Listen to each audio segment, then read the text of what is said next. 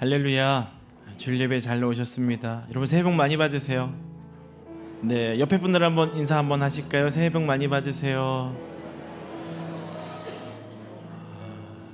하나님이 여러분들 사랑하시는 줄 믿습니다. 옆에 있는 분들이 너무나 귀하고 감사한 분들이죠. 요한복음에는요, 예수님께서 행하신 7가지 표적이 기록되어 있어요. 우리는 기적이라고 보통 생각하죠. 맞습니다. 예수님이 행하신 일들이 기적이에요. 그런데 요한은 그걸 기적이라고 부르지 않고 표적이라고 얘기를 해요. 기적은 어떤 사건이 일어나잖아요. 그럼 그 사건에 초점을 맞추는 거예요. 근데 표적은 그 사건이 일어나서 무엇을 가리키느냐, 누구를 가리키느냐를 말해주는 것이죠. 요한복음에서 일어난 이 기적들을 통해서 예수님이 누구신가를 알려주는 거예요. 예수님이 누구신가. 그 첫 번째 표적이 바로 가나의 혼인잔치입니다. 그러니까 요한은 의도적으로 예수님의 사역들을 이렇게 기록하면서, 그러니까 우리는 그래요. 기적은 교회에서 집회 때, 부흥회 때 일어나야 되는 거 아니야? 그럴 수 있잖아요. 기적은 어떤 특별한 일들 통해서 일어나야 되는 거 아니야? 우리는 보통 그렇게 생각한다는 거예요. 그런데 예수님께서 이 가나의 혼인잔치를 통해서 기적은 부흥회나 어떤 말씀 집회가 아니라 혼인잔치에서도 일어날 수 있다. 그리고 어떤 성전이 아니라 가정의 자리에서 일어날 수 있다는 것을 말씀해 주시는 것이죠. 사랑하는 여러분들, 기적은 특별한 장소에서만 일어나는 것이 아니라 주님이 나와 함께 하시며 내가 주님과 함께 걸어가는 그 인생 속에 일어나는 일들인 줄 믿으시길 바랍니다. 그래서 예수님의 첫 표적 앞에서 우리는 이렇게 고백해야 돼요. 자, 한번 따라 해볼까요? 이제부터 기적이 시작됩니다. 할렐루야. 근데 이 기적이 단순히 성경에서만이 아니라 저와 여러분들에게도 일어날 줄 믿습니다. 자, 첫 번째는요, 기적은 결핍의 자리에서 시작돼요. 자, 오늘 본문 1절, 2절 말씀인데 한번 읽어보겠습니다. 사흘째 되던 날 갈릴리 가나에 혼례가 있어 예수의 어머니도 거기 계시고 예수와 그 제자들도 혼례의 청함을 받았더니. 아멘. 가나라고 하는 것은 나사렛에서 한 6km 정도 떨어진 곳이에요. 그러니까 예수의 어머니 마리아가 거기에 있는 걸 보니까 가까운 친척이 결혼을 했던 것 같아요. 그러니까 당시의 결혼식과 오늘날 우리가 하는 결혼식과는 좀 다릅니다. 고대 근동 지방의 결혼식은 부모님들이 보통 이렇게 중매하고 협약을 하고 회당에 가서 이렇게 사인을 해요. 그럼 신랑 신부가 그때 보잖아요. 그럼 결혼식하고 집에 가서 같이 사는 게 아니라 각자 집으로 갑니다. 짧게는 2개월, 길게는 1년 정도를 기다려요. 그 기다림이 끝났을 때 이제 신랑이 친구들과 함께 신부를 데리러 가죠. 신부를 데리고 신랑의 집으로 가서 이제 혼인 잔치를 하는 거예요. 한 일주일 정도 그 혼인 잔치를 하거든요. 그럼 사람들이 많이 오겠죠. 그러면 그들을 위해서 먹을 것, 마실 것을 준비해야 되는 거였어요. 그런데 오늘 말씀에 기록된 이 혼인 잔치에서는 부족함이 있네요. 준비가 잘 안 됐던 것 같아요. 자, 3절 말씀 읽어보겠습니다. 포도주가 떨어진지라 예수의 어머니가 예수에게 이르되 저들에게 포도주가 없다 하니. 아멘. 하객들에게 내놓을 포도주가 똑 떨어진 거예요. 그러면 흥이 끊기죠. 즐거움이 끊긴 거예요. 지금도 동양에서는 손님 대접을 굉장히 중요하게 여깁니다. 근데 이거를 좀 소홀하게 하거나 잘 못하잖아요. 그럼 법적으로도 문제를 좀 삼기도 해요. 거의 그러진 않지만 그만큼 손님을 접대하는 거에 대해서 중요하게 여긴다는 거예요. 가나의 혼인잔치에 가장 기쁜 포도주가 사라졌어요. 끊어진 거예요. 잔치 자리 한복판에서 문제가 생겨버린 것입니다. 저는 이러한 모습들이 우리 인생 같다는 생각을 좀 해봤습니다. 우리 겉으로 잘 지내세요? 물어보면 괜찮아요. 좀 어떠세요? 괜찮습니다. 이렇게 말할 때 있잖아요. 근데 정말 이 속이 괜찮냐고요. 잔치에서 포도주가 똑 떨어진 것처럼 겉으로는 뭔가 즐거워 보이고 사람들하고 웃으면서 얘기도 하지만 그 마음의 깊은 내면에는 근심이나 걱정이나 염려가 있지 않는가. 겉모습은 화려해 보이지만 실제로 이 내면에는 결핍이 많이 있는 거예요. 저와 여러분도 그럴 때가 있다는 것이죠. 고갈된 상태, 결핍, 마음속에는요. 근데 겉으로는 어때요? 괜찮아, 이 정도만 버틸만 해, 이렇게 말을 하고 산다는 거예요. 여기서 중요한 게 있습니다. 잔치 한복판에서 결핍이 일어났죠. 중요한 것은 예수님은 포도주가 많았을 때에도, 포도주가 떨어졌을 때에도 그 자리에 계셨다라는 거예요. 저와 여러분의 인생도 마찬가지입니다. 겉으로는 잘 살아가는 것, 살아내는 것처럼 보이지만 실제로 속은 어떨 때는 문제들 때문에 너무 힘들잖아요. 막 속이 까맣게 타들어가는 분들도 있거든요. 자, 그런 상황 속에서도 예수님은 어디 계세요? 나와 함께하고 계시는 거예요. 여러분과 함께하고 계십니다. 그러니 오히려 차라리 결핍을 인정하세요. 예수의 어머니가 그랬잖아요. 포도주가 떨어졌다. 인정하는 거예요. 결핍을 인정할 때 예수님께서 일하실 기회가 오는 것이죠. 자, 두 번째요. 기적은 말씀에 대한 순종을 통해서 일어납니다. 포도주가 떨어진 걸 보고 예수의 어머니가 말해요. 저들에게 포도주가 없어. 여러분, 결혼식에 참여했는데 음식이 다 떨어졌대요. 그럼 여러분 무슨 생각이 들어요? 다시 부죽은 갖고 와. 집에 가다 갈비탕이라도 먹어야 되나? 이 뭐야, 준비를 왜 이렇게 했어? 손님들이 이렇게 오면 준비를 잘했어야지. 보통 이런 생각을 좀 하잖아요. 예수님에게 말할 게 아니라, 하객에게 말할 것이 아니라 연회장이나 그 준비하는 사람들한테 얘기를 해야 되잖아요. 근데 예수의 어머니 마리아가 연회장에게 얘기한 것이 아니라 예수님한테 얘기한 거예요. 포도주가 떨어졌다. 예수님도 이해가 안 되죠. 왜 이런 얘기를 나한테? 자, 예수님의 대답을 볼까요? 4절 읽어보겠습니다. 예수께서 이르시되 여자여, 나와 무슨 상관이 있나이까? 내 때가 아직 이르지 아니하였나이다. 아멘. 이 말씀을 읽고 오해하지 마세요. 예수님은 어머니에게 버르장머리 없는 분이 아닙니다, 여러분. 이 말씀 보면서 어머니에게 여자여, 그런 말 들어보신 적 없죠? 여러분들은 들으시면 안 돼요. 하셔서도 안 되고요. 예수님이 여기에서 세 가지를 말씀하십니다. 이걸 문화적인 부분으로 좀 볼 필요가 있는데, 첫 번째는 여자여라고 얘기한 것은요, 버르장머리 없는 게 아니에요. 문화가 다른 거예요. 당시에 1세기 갈릴리 문화에서 이 말은 부인, 여사님 이런 거예요. 존칭인 거죠. 높여주는 말이었습니다. 그러니 여러분, 이 말씀 보실 때 오해하지 마세요. 자, 두 번째요. 나와 무슨 상관이 있나이까? 정중한 표현이에요. 정말 나와 상관이 없습니다 라는 말과 동시에 저 이 문제에 끼어들고 싶지 않아요. 제가 이 문제를 어떻게 하고 싶지 않아요 라고 정중하게 좀 거절하는 거예요. 마지막 세 번째, 내 때가 이르지가 않았습니다. 예수님께서 때에 대한 말씀을 하신 적이 있어요. 때. 아직 때가 이르지 않았다. 반대로 이제 때가 됐다. 이런 말씀을 하셨다는 거죠. 그런데 예수님에게 이 마리아가 왜 이런 얘기를 했을까? 그리고 예수님은 왜 이런 대답을 했을까? 이 부분을 조금만 깊게 좀 볼 필요가 있습니다. 마리아가 요셉과 약혼을 했죠. 어떻게 아이를 갖게 되었습니까? 성령으로 잉태가 됐어요. 요셉의 의로움, 요셉의 선함이 아니었다면 아마 마리아는 돌에 맞아 죽었을 거예요.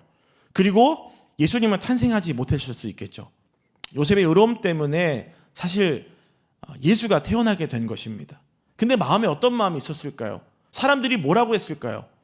약혼했는데 애를 낳았어? 누구 애야? 다른 사람의 아니야? 요셉하고 안 닮은 것 같은데?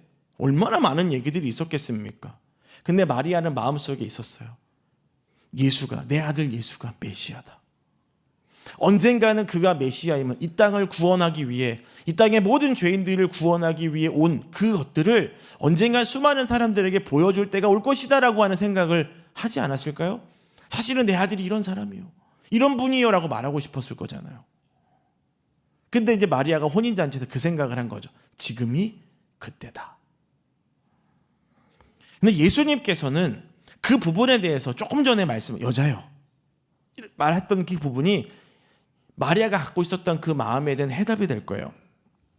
첫 번째, 어떤 포도주가 없는 걸 갑자기 있게 만드는 것으로 기적을 베품으로써 메시아 영광을 드러내는 것이 아닙니다. 죽은 자를 살려내고 어떠함으로 영광을 드러내는 거 아니에요. 여러분, 메시아의 영광, 저와 여러분들에게 이 땅에 오신 구세주의 영광은 무엇입니까? 어디에서 이루어졌죠? 여러분 이걸 명확하게 아셔야 돼요. 메시아의 영광, 예수의 영광은 바로 이 십자가 위에서입니다.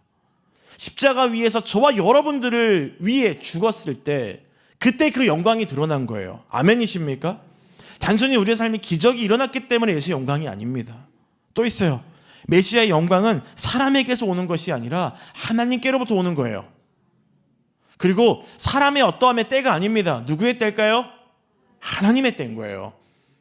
그러니까 예수님은 자신의 운명도 아셨고 자신의 인생을 주관하고 있다는 것도 예수님은 알고 계세요. 그걸 누가 알았느냐? 이 말씀을 통해서 예수의 어머니 마리아도 알았던 거죠. 그런데 중요한 것은 아마 예수님의 말씀이 뭔지 다 이해는 못했을 거예요. 그런데 그 예수님의 어떠함을 조금이나마 알았을 때 이 어머니 마리아가 하는 얘기가 있습니다. 5절 말씀 읽어볼까요?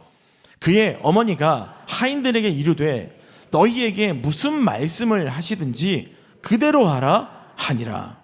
아멘. 여러분 이 말씀이요, 이 요한복음, 저희가 4월 초까지 부활주일까지 요한복음 말씀을 나눌 건데 굉장히 핵심적인 말이에요. 하인들에게 이르되 너희에게 예수님이 무슨 말을 하든지 그대로 해라. 공식이에요. 예수님이 말씀하십니다. 우리는 순종해요. 하나님의 영광을 보는 거죠. 말씀하시고 순종한 이 공식이 저와 여러분들에게 적용이 될 때 저와 여러분의 삶에도 놀라운 주님의 일들이 일어날 줄 믿습니다. 자, 하인들의 입장에서 생각해 보면 정결 예식에 사용하는 그 항아리에 물을 채우라고 하셨을 때 채울 수는 있어요. 손 닦으려고 하시나? 그럴 수 있잖아요. 근데 그 물을 떠서 연회장에게 갖다 준다? 여러분 갖다 줄 수 있으실 것 같아요? 아유, 저는 쉽지 않을 것 같아요. 근데 중요한 건 뭐냐면 그들이 계산하지 않았다는 거예요. 이거 갖다 줬다가 우리 오늘 일당 못 받으면 어떡하지? 잘리면 어떡하지? 혼나면 어떡하지? 이런 걸 생각을 하나도 하지 않았어요. 그저 그냥 순종한 거죠. 자, 7절 말씀 읽어봅니다. 예수께서 그들에게 이르시되 항아리에 물을 채우라 하신즉 아기까지 채우니. 아멘. 항아리에 끝까지 찰랑찰랑할 때까지 채운 거예요.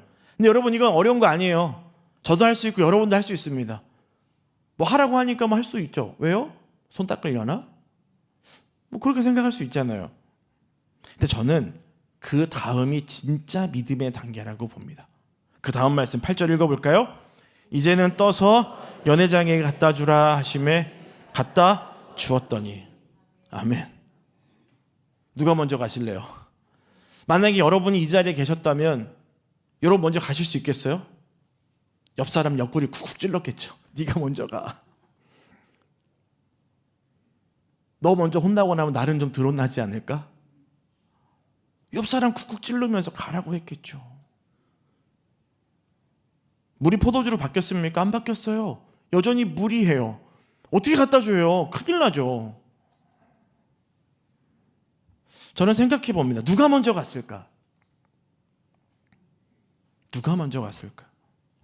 저는 기대와 소망이 있는 사람이 제일 먼저 갔다라고 믿어요. 분명히 마리아가 말한 것도 있지만 예수님을 보고 예수님이 하실 일들을 기대한 것이죠. 지금은 내가 물을 떠다 주지만 하나님이 예수님을 통해서 어떤 일들을 하실 거야. 여러분 이거 대단한 믿음이에요. 저는 여러분들이 이 믿음 갖기를 축복합니다. 눈에 보이는 건 여전히 아닌 거잖아요.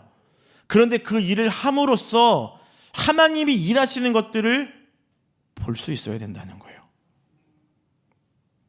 여러분 기적은요 믿음이 커서 하는 게 아니에요. 말씀을 행동으로 옮길 때 기적이 일어나는 겁니다. 어떤 사람이 운전을 하고 가다가 운전이 좀 이상해서 음주단속 딱 걸린 거예요. 경찰이 딱 세웠어요. 차 안에 있는 저 병은 뭐죠? 물병인데요. 줘보세요. 이 사람이 딱 경찰이 가져가서 냄새를 딱 맡아보니까 술인 거예요. 그랬더니 운전자가 이렇게 얘기합니다. 주님 오늘도 기적을 베푸셨군요. 물로 포도주를 만드시다니.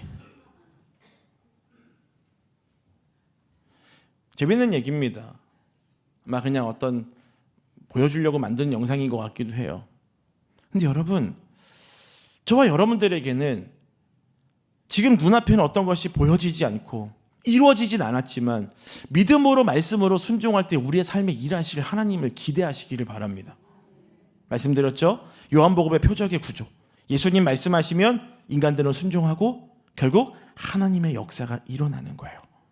저와 여러분들이 오늘 나눌 이 성찬도 마찬가지입니다. 저희가 빵과 잔을 잘 준비했습니다. 어찌 보면 매년 해당 것일 수 있어요. 근데 여러분들이 눈에 보이는 건 그저 빵과 잔이지만 이걸 먹음으로써 내 삶에 놀라운 기적과 예수님과의 연합, 새로운 회복, 기대, 역사가 일어날 줄 믿음으로 참여하신다면 여러분 인생에는 놀라운 기적이 일어날 줄 믿습니다. 자, 세 번째요. 기적의 목적은 예수님의 영광을 드러내는 것입니다. 자, 9절 10절 한번 읽어보겠습니다. 연회장은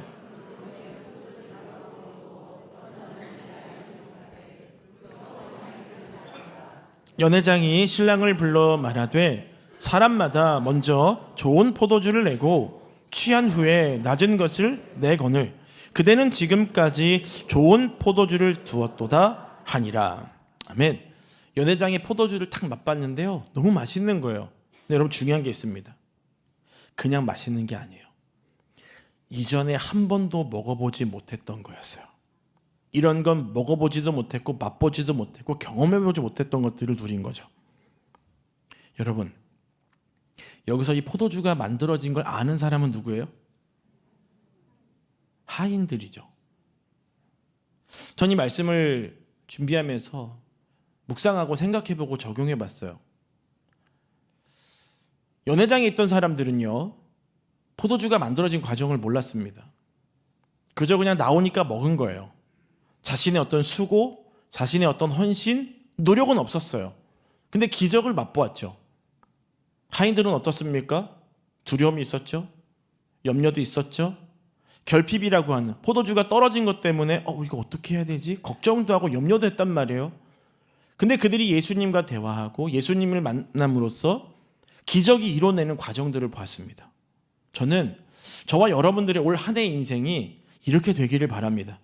그저 그냥 차려진 밥상에서 먹고 이거 참 감사하다 하는 정도가 아니라 비록 내 삶에 결핍이 있고 아픔이 있고 어려움이 있어도 주님과 함께 그 일들에 동참하여서 믿음의 역사를 이루어내는 저와 여러분들이 되기를 축복합니다. 기적은 하인들의 순종에서 시작이 되었습니다. 결국 그 순종은 예수님의 영광을 드러냈고 더 복된 일에 쓰임받게 되었죠. 자, 11절 말씀을 읽어볼까요? 예수께서 이 첫 표적을 갈릴리 가나에서 행하여 그의 영광을 나타내심에 제자들이 그를 믿으니라. 아멘. 마리아와 예수님과 대화했지만 그 자리에 누구도 있었냐면 예수님의 제자들도 있었습니다. 예수님의 제자들을 예수님께서 콜링하셨죠. 나를 따라와라.